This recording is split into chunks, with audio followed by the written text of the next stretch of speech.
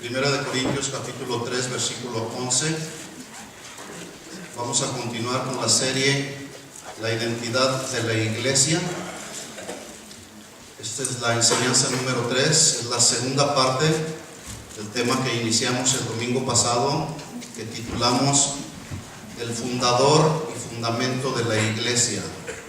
Segunda parte. En 1 Corintios capítulo 3 versículo 11, Pablo escribe lo siguiente. Dice: porque nadie puede poner otro fundamento que el que está puesto, el cual es Jesucristo. Le invito a que juntos hagamos una oración. Padre, gracias por tu presencia en medio de nosotros. Y gracias por la oportunidad que nos das una vez más de poder escuchar tu palabra, el consejo de tu palabra. Pedimos que nos enseñes las cosas que debemos aprender hoy, Señor, para que podamos cada día conocerte más y más, Señor, y podamos caminar siempre conforme a lo que dice tu palabra, Señor. En el nombre de Jesús. Amén.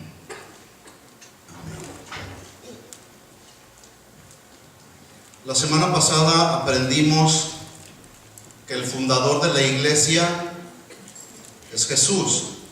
¿Estamos de acuerdo en eso?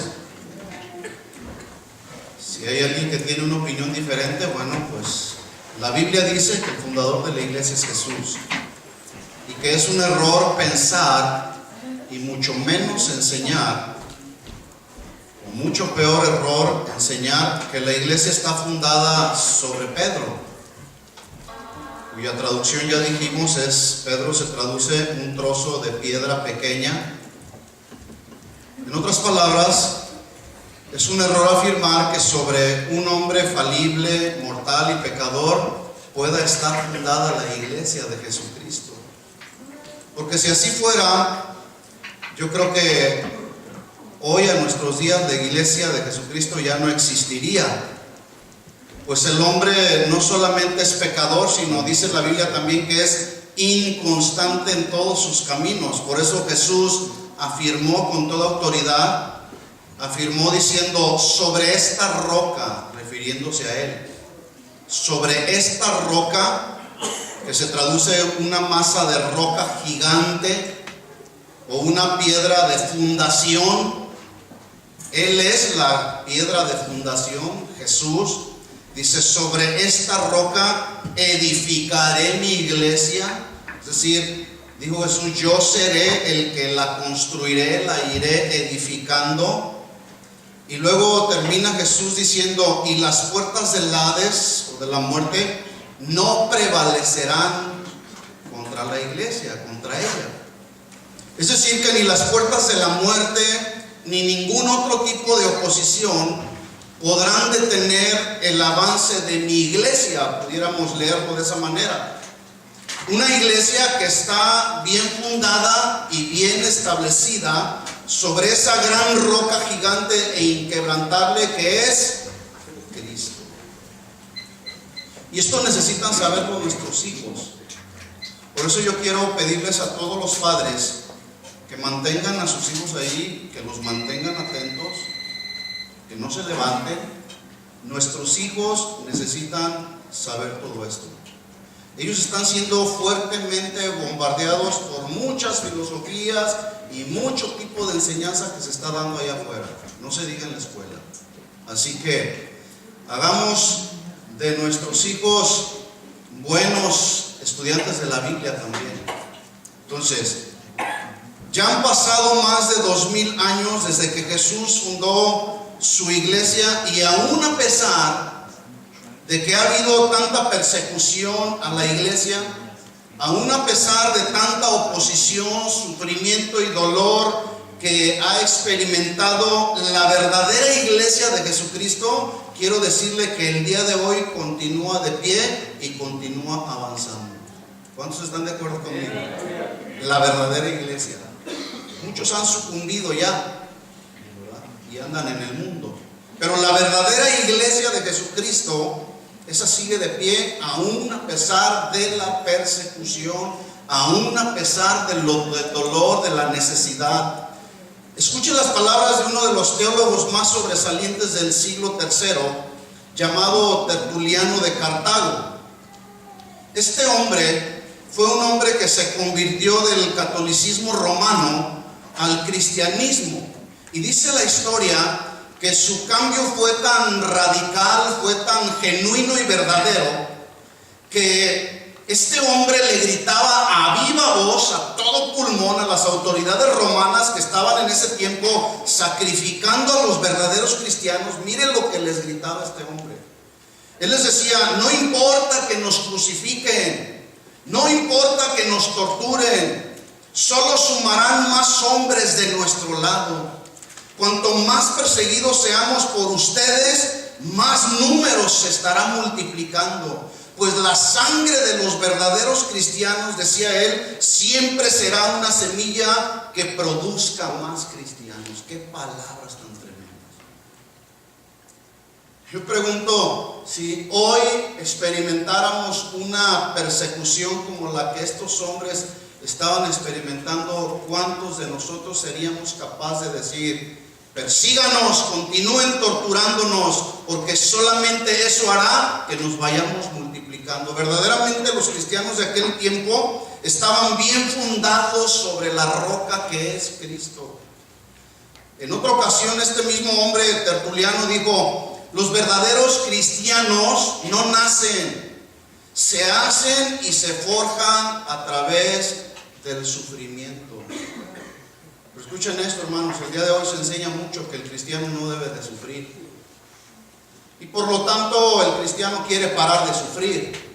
¿Se da cuenta por qué la secta que anda por ahí argumentando pare de sufrir? ¿Se da cuenta por qué ha tenido ya tantos devotos? Porque la gente quiere parar de sufrir. Los cristianos de hoy, esta es una pregunta, escuche esto: los cristianos de hoy, ¿estaremos preparados para enfrentar el sufrimiento? ¿Qué piensan? Algunos han perdido su casa y como que se les ha venido encima el mundo. Algunos otros han perdido dinero, igual como que se les viene el mundo encima. A veces perdemos a un ser querido y luego, en lugar de entender que Dios es soberano y decir: está bien, Señor, vamos a someternos a tu voluntad y vamos a tratar de entender tu soberanía, sufren y reniegan con Dios y le preguntan: ¿por qué, Señor? ¿Realmente los verdaderos cristianos del día de hoy estaremos preparados para enfrentar el sufrimiento? Yo comentaba el viernes con los matrimonios que escuché una noticia en estos días que por los últimos 6 meses el índice de divorcio se ha disparado de forma tan alarmante.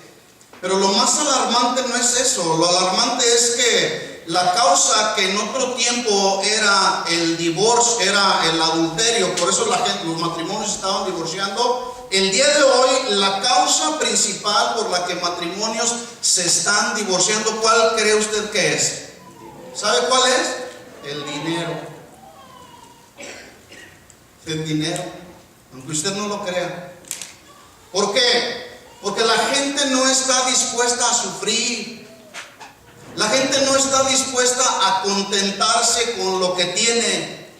No quieren sacrificar sus gustos, no quieren sacrificar el entretenimiento o alguna otra cosa. Mejor deciden divorciarse, buscar a alguien que les continúe satisfaciendo sus necesidades materiales y sus necesidades de la carne, y prefieren divorciarse mejor.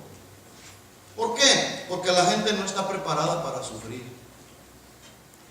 Entonces Pablo dijo ahí en 1 Corintios capítulo 3 versículo 11: porque nadie, diga conmigo, nadie, absolutamente nadie puede poner otro fundamento que el que está puesto, el cual es Jesucristo. Permítame leerle este mismo versículo en la versión Palabra de Dios para Todos. Dice así: la base de todo ya está construida y nadie puede construir otra porque esa base es Jesucristo. ¿Sí? Es Jesús entonces el fundador, y por lo tanto Él es el principal fundamento que sostiene la iglesia. ¿Sí? Es Jesús el que sostiene tu vida, porque la iglesia somos todos. ¿Sí? Pero cuando viene el sufrimiento, cuando viene la necesidad, ¿tú estás bien parado en la roca? Dice Efesios 2:19, si abre su Biblia ahí. Efesios 2:19.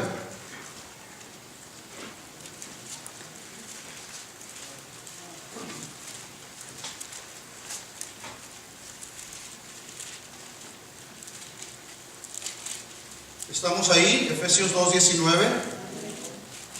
Dice: así que ya no sois extranjeros ni advenedizos, sino conciudadanos de los santos y miembros de la familia de Dios.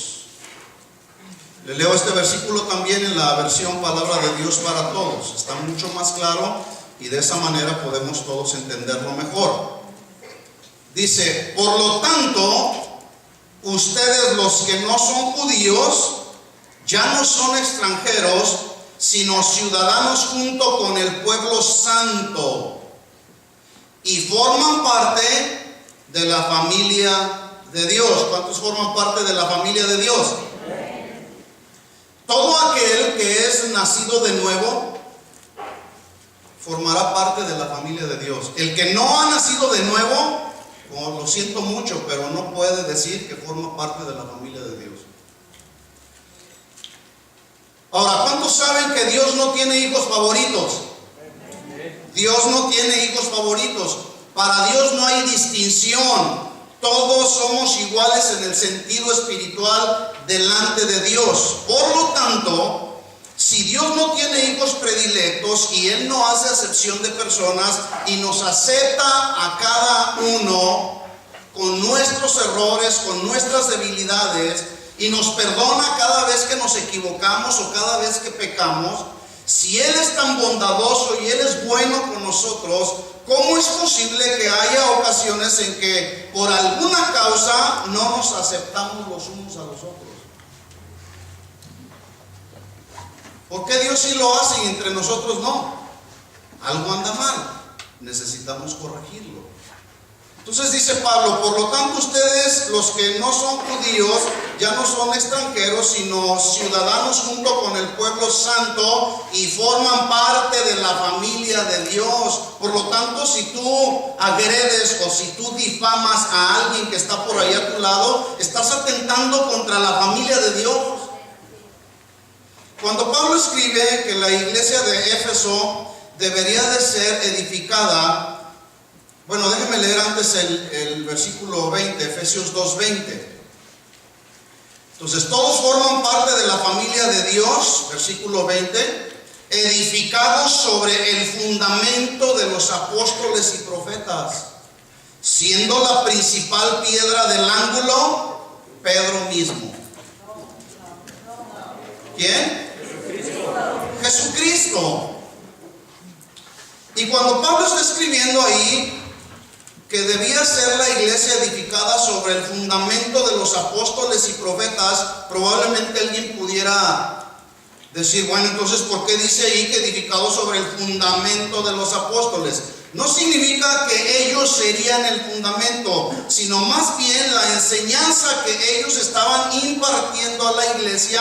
Esta sería la que ayudaría en la edificación de la iglesia.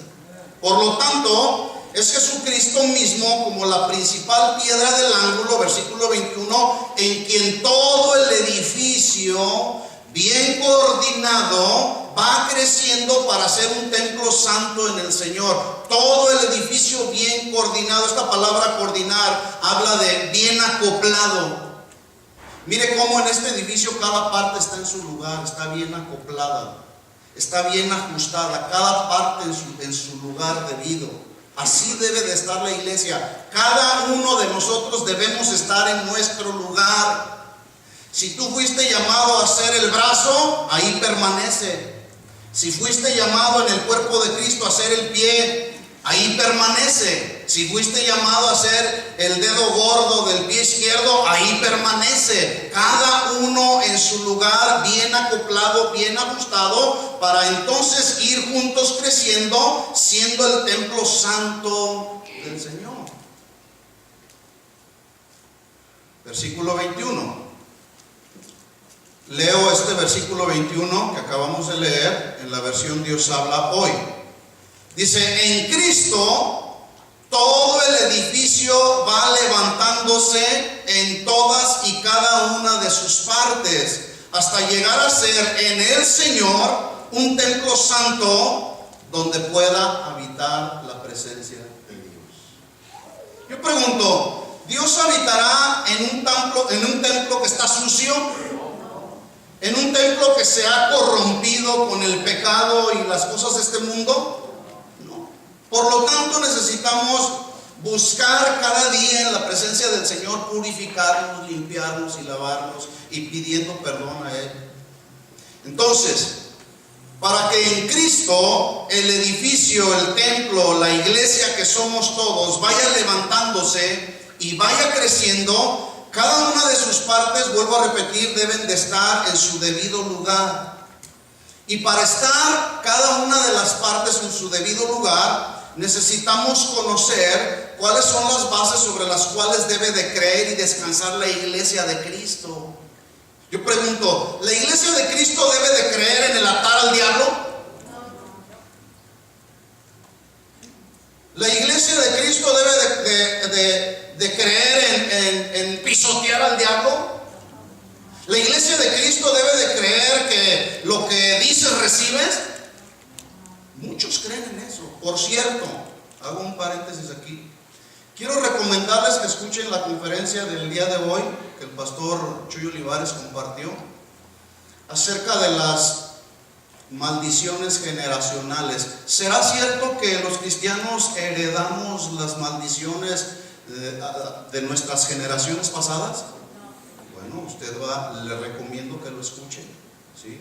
Porque necesitamos, la iglesia de Cristo, necesitamos saber en qué creer, porque hay quienes creen que si tienes algún problema o alguna enfermedad es debido a alguien de tu abuelo, tu tatarabuelo te pasó esa maldición, y la gente se la cree y dicen, bueno, pues sea por Dios, soy diabético, bueno, pues es que mi abuelo, mi tatarabuelo era diabético, estoy heredando la maldición. Bueno, ahí usted va a escuchar un tema muy interesante que creo que todos necesitamos aprender. Entonces, necesitamos saber en qué creer y en qué descansa la iglesia de Cristo.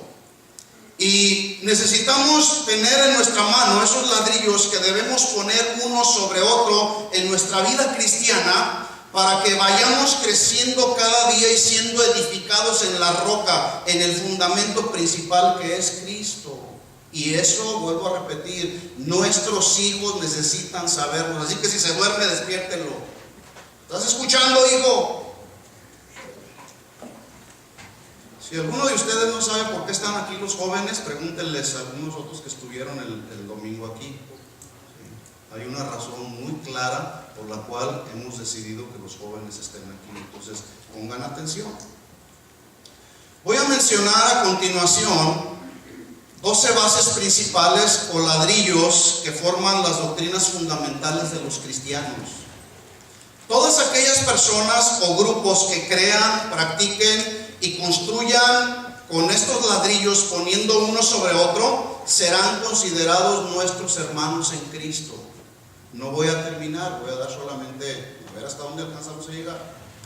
No llevamos prisa, pero necesitamos aprender esto. Número 1, una de las bases principales en la que los cristianos nacidos de nuevo debemos creer es en la palabra de Dios. Si alguno decide no creer en esto que está aquí establecido en la Biblia, como la palabra de Dios, entonces no tiene nada que estar haciendo aquí. Porque todo lo que hablamos aquí es basado y fundamentado en esto. En una ocasión se acercó una familia a pedirnos consejería. Ellos no son cristianos, pero de repente solicitaron un tiempo de consejería matrimonial.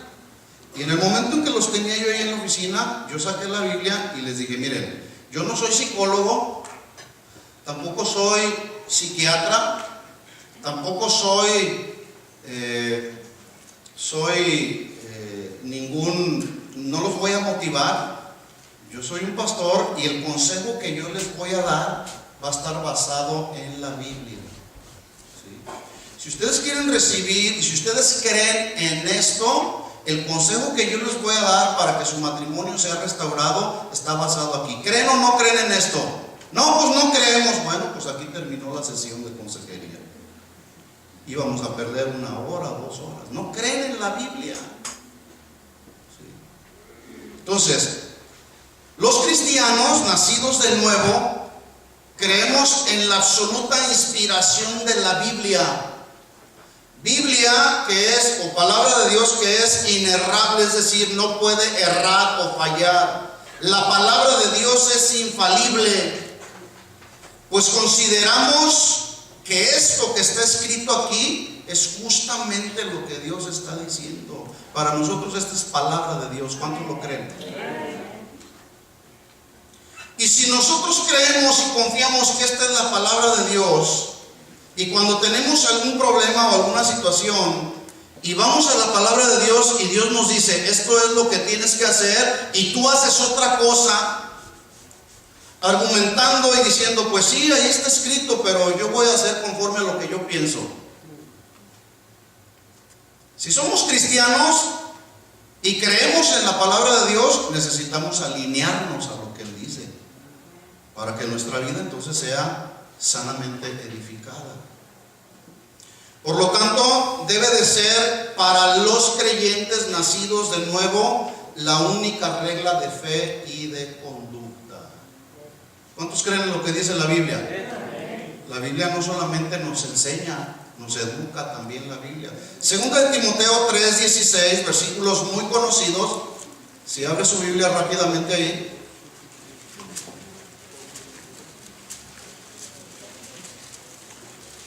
Estamos entonces aprendiendo que el fundador de la iglesia es Cristo y el fundamento es el mismo, pero hay doctrinas que se centran en Cristo. Él es el centro de toda enseñanza. ¿Sí? Y una de ellas, la principal, la palabra de Dios que nos guía. Segunda de Timoteo 3:16 dice, toda la escritura es inspirada por Dios. Y aquí esta palabra inspirar se traduce, toda la escritura tiene el aliento de Dios. Entonces, toda la escritura es inspirada por Dios y útil para enseñarte. ¿Tienes algún problema en tu escuela, joven, señorita que estás aquí, varón, adulto? Consultemos la palabra de Dios. Es útil para enseñar, es útil para redarguirnos, para corregirnos. ¿Corregir qué? Lo deficiente en nuestra vida. Cuando alguien anda viviendo en amargura y en resentimiento y consultamos la palabra de Dios nos invita a corregir cualquier problema que tenga que ver con la amargura, el resentimiento. Por eso necesitamos ir a la palabra de Dios.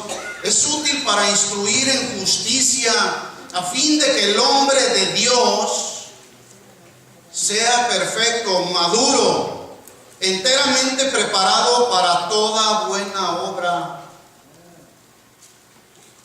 Nuestros hijos necesitan estar preparados para cualquier buena obra.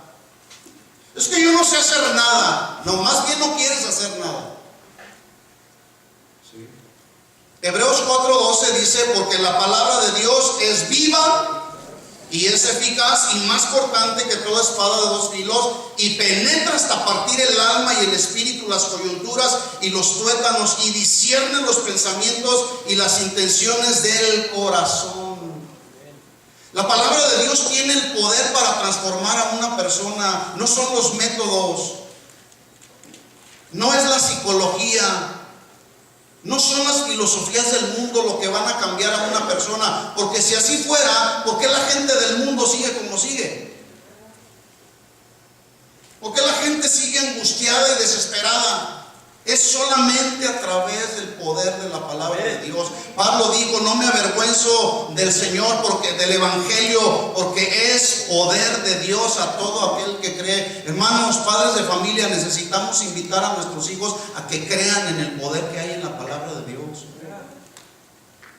Yo les decía la semana pasada, le preguntas a los jóvenes: oye, ¿crees en la Biblia?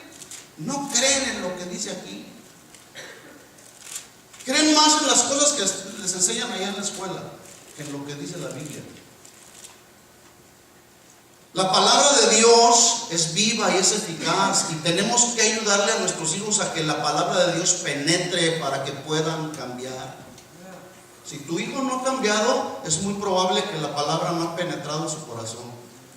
Necesitas continuar insistiendo, compartiéndole la palabra, invitándoles a que nazcan de nuevo, hasta que no experimenten un nuevo nacimiento. Hasta entonces van a ser diferentes nuestros hijos. Y a veces andamos batallando y andamos luchando en nuestras propias fuerzas, y nomás le decimos: muchacho rebelde, muchacho esto, y renegamos contra ellos, pero nunca nos tomamos un tiempo para decirle: oye, hijo, si te mueres el día de hoy, ya sabes a dónde vas.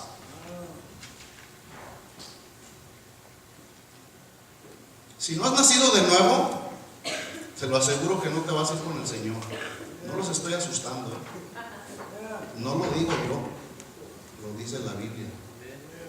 ¿Sí o no?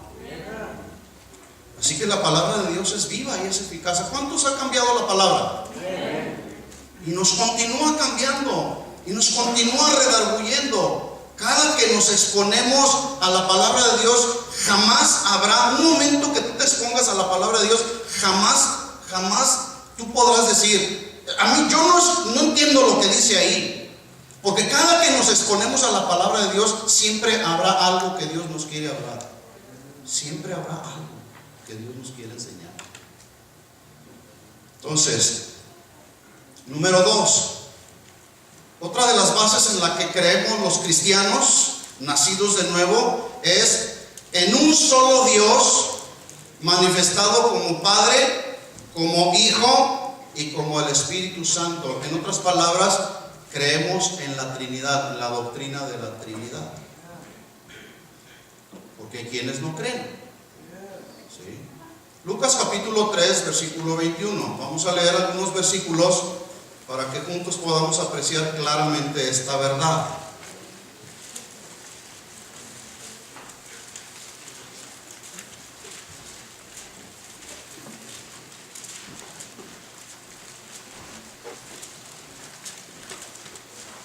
¿Tiene calor? Yo sí. Lucas capítulo 3, versículo 21. Aconteció que cuando el pueblo se bautizaba, también Jesús. Yo quiero que noten muy bien, en estos versículos vamos a encontrar ahí manifestada la Trinidad. Cuando todo el pueblo se bautizaba, también Jesús. ¿Quién era Jesús? El Hijo de Dios. Fue bautizado. Y orando, el cielo se abrió. Versículo 22. Y descendió el Espíritu Santo sobre él en forma corporal como paloma. Y vino una voz del cielo que decía: tú eres mi Hijo amado. Ahí está hablando el Padre. En ti tengo complacencia. Los que leyeron estos dos versículos pueden ver claramente establecida la Trinidad en estos dos versículos: el Hijo, el Espíritu Santo y el Padre. Mateo 28, 19, versículos que todos conocen, dice: por tanto, id y haced discípulos a todas las naciones. ¿A dónde? A todas las naciones, bautizándolos en el nombre del Hijo solamente. Porque hay quienes lo hacen así. Dice ahí: en el nombre del Padre y del Hijo y del Espíritu Santo. ¿Sí? creemos entonces en la doctrina de la Trinidad. ¿Sí? Entonces es muy importante que vayamos captando en qué creemos y cuáles deben de ser nuestras bases, para que luego no te digan y no te cuenten. Primera de Corintios 12:3. Dele vuelta a su Biblia.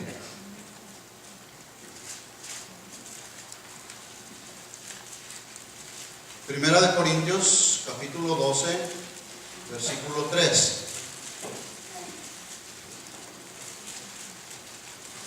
¿Estamos ahí? Dice: por tanto os hago saber que nadie que hable por el Espíritu de Dios llame anatema a Jesús, el Espíritu Santo y Jesús. Y nadie puede llamar a Jesús Señor sino por el Espíritu Santo. Ahora bien, hay diversidad de dones, pero el Espíritu es el mismo. Y hay diversidad de ministerios, pero el Señor es el mismo. Y hay diversidad de operaciones, pero Dios, que hace todas las cosas en todos, es el mismo.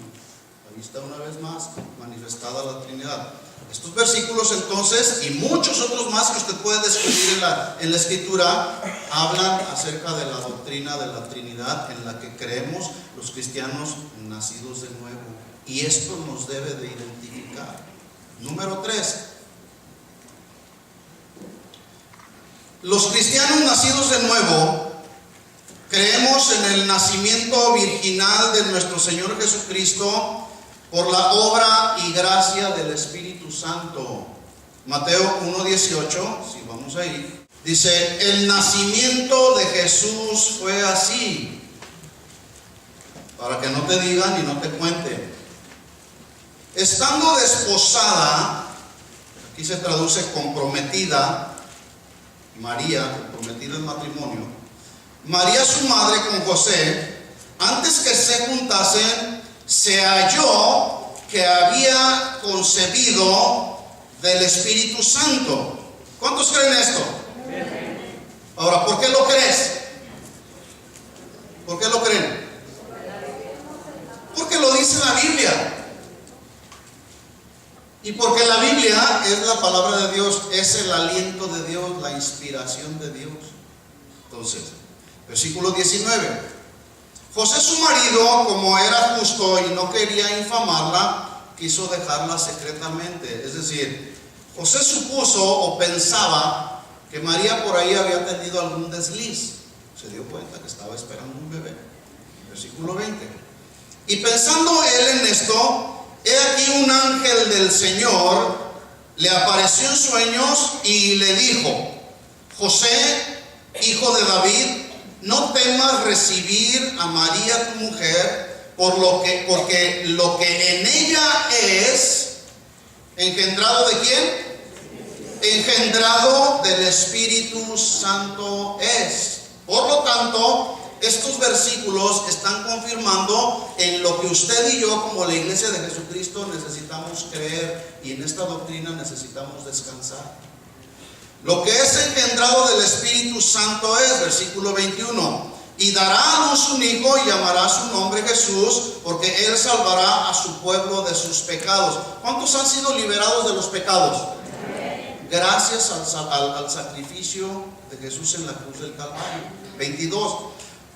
Todo esto aconteció para que se cumpliese lo dicho por el Señor por medio del profeta cuando dijo: he aquí una virgen concebirá y dará a luz un hijo y llamará su nombre Emmanuel, que traducido es Dios con nosotros.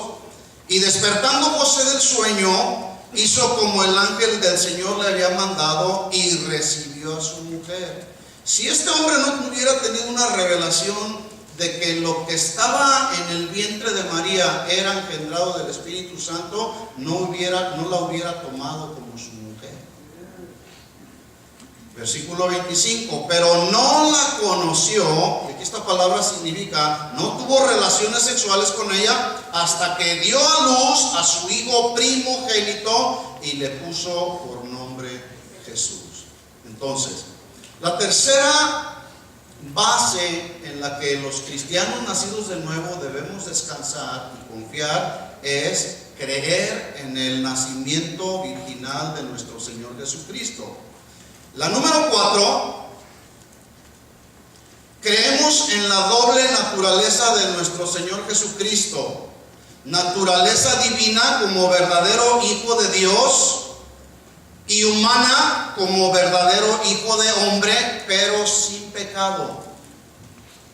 Hoy hay sectas que dicen y enseñan que Jesús fue solamente un profeta e iluminado, pero ese es asunto de ellos.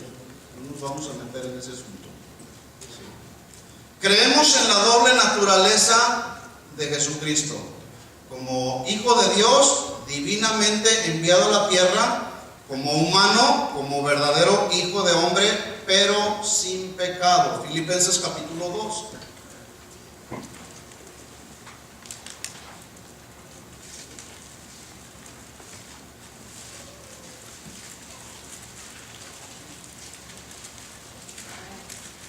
Filipenses capítulo 2,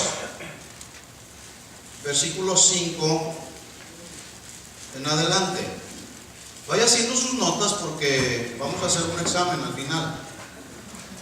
Les voy a preguntar. ¿Sí? Algunos ya se empezaron a salir.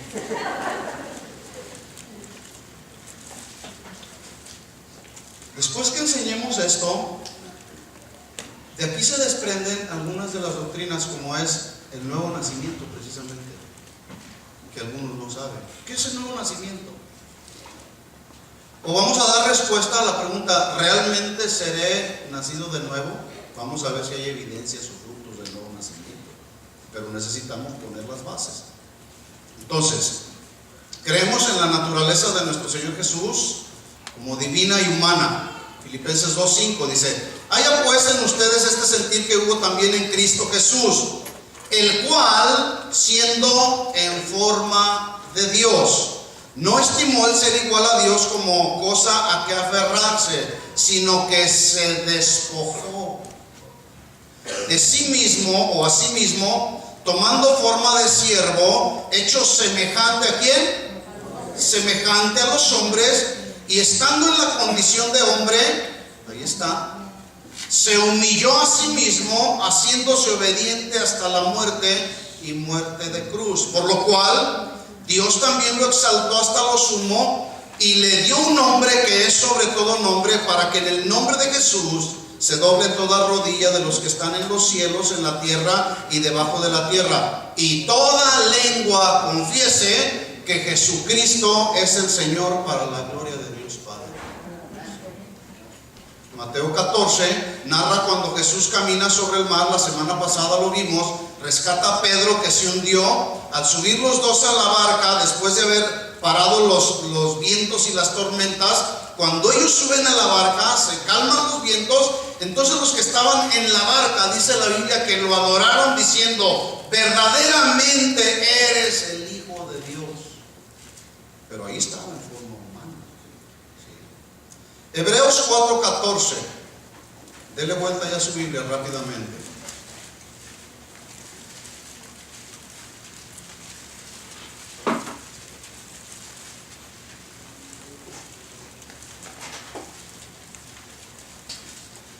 Dice Hebreos 4:14: por tanto, teniendo un gran sumo sacerdote. ¿A quién se refiere hablando de ese gran sumo sacerdote? A Jesús, que traspasó los cielos, Jesús, el Hijo de Dios. Retengamos nuestra profesión, porque no tenemos un sumo sacerdote que no pueda compadecerse de nuestras debilidades. En otras palabras, Él conoce tu condición. Él sabe lo que sufres.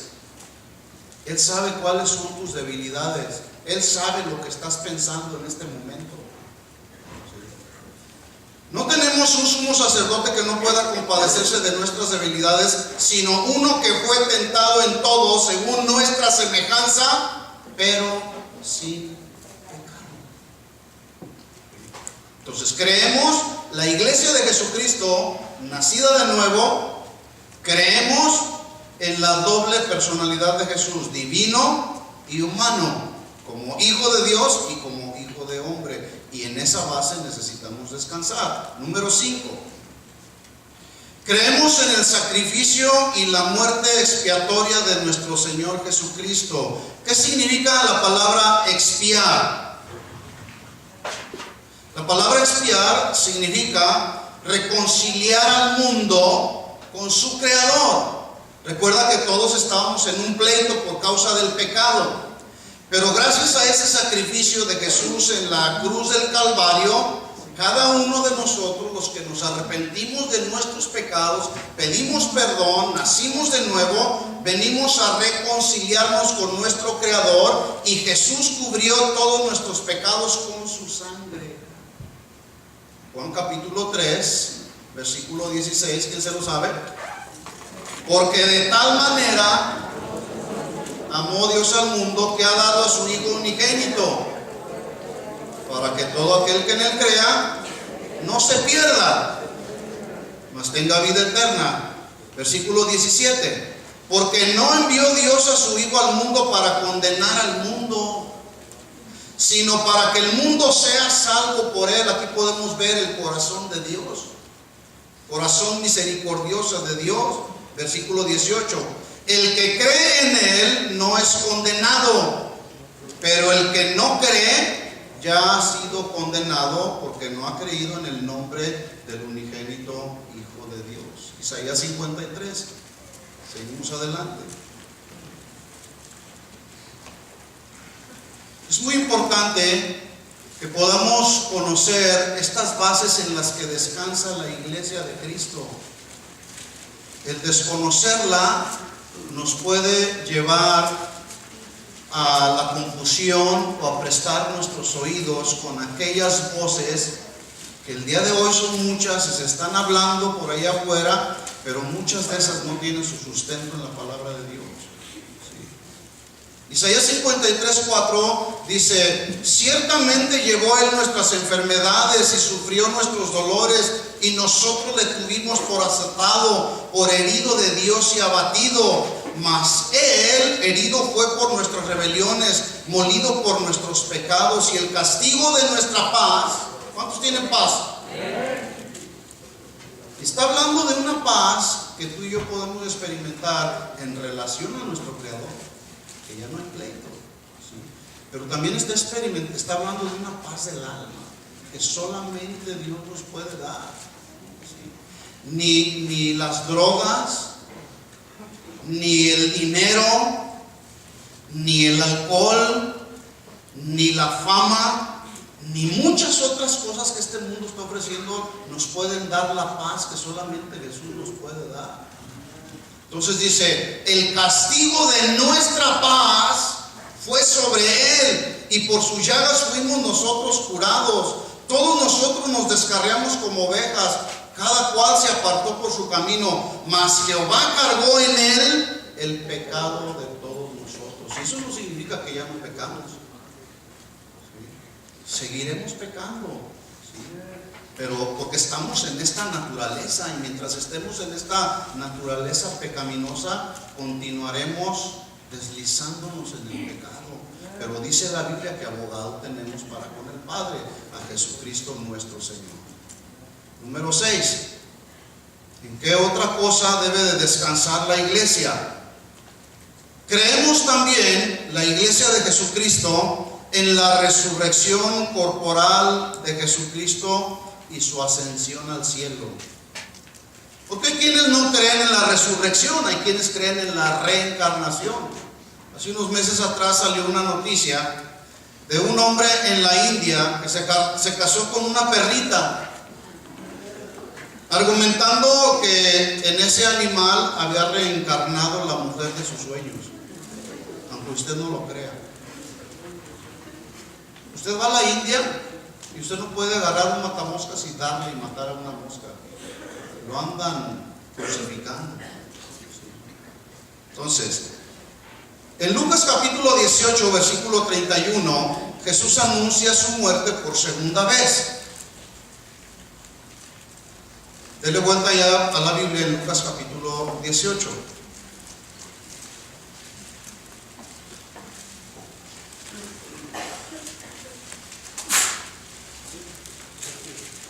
¿Estamos ahí? Dice, tomando Jesús a los 12, les dijo: he aquí subimos a Jerusalén y se cumplirán todas las cosas escritas por los profetas acerca del Hijo del Hombre. ¿A quién se estaba refiriendo? A Jesús. Pues será entregado a los gentiles y será escarnecido y afrentado y escupido, y después que le hayan azotado le matarán, mas al tercer día resucitará. Déjenme decirle que Jesús ha sido el único en toda la historia de la humanidad que ha predicho su muerte, pero ha predicho también su resurrección, y es el único que lo ha cumplido hasta el día de hoy. Ángeles aparecen a María Magdalena, a Juana y a María madre de Jacobo en Lucas 24. Dele vuelta adelante, comprobamos esto. Lucas 24, versículo 1. Dice: el primer día de la semana, muy de mañana, vinieron al sepulcro, trayendo las especias aromáticas que habían preparado, y algunas otras mujeres con ellas. Hallaron removida la piedra del sepulcro, y entrando no hallaron el cuerpo del Señor Jesús. Aconteció que, estando ellas perplejas por esto, admiradas por esto, he aquí que se pararon junto a ellas dos varones con vestiduras resplandecientes. Y como tuvieron temor y bajaron el rostro a tierra, les dijeron: ¿por qué buscáis entre los muertos al que vive? 6. No está aquí, sino que ha resucitado. Escuchen esto: muchos hoy siguen venerando y siguen adorando y siguen hablando con el Cristo que quedó muerto ahí en la cruz. Pero ¿cuántos saben que resucitó? Él resucitó. Entonces, dice ahí: no está aquí, sino que ha resucitado. Acordados de lo que les habló cuando aún estaba en Galilea, diciendo: es necesario que el Hijo del Hombre sea entregado en manos de hombres pecadores, y que sea crucificado y resucite al tercer día. Entonces ellas se acordaron de sus palabras, y volviendo del sepulcro dieron nuevas de todas estas cosas a los 11 y a todos los demás. 24, versículo 36.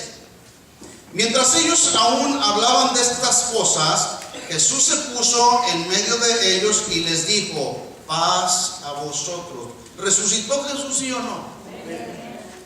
Entonces, espantados y atemorizados, pensaban que veían espíritu, pero Él les dijo: ¿por qué están turbados? Si viene a vuestro corazón estos pensamientos, mirad mis manos, miren mis pies, que yo mismo soy, palpad y ved, porque un espíritu no tiene carne ni hueso como veis que yo tengo. Todavía muchos están como Tomás. ¿Se acuerda de Tomás? Que dijo: yo hasta que no vea, no crea. Versículo 40.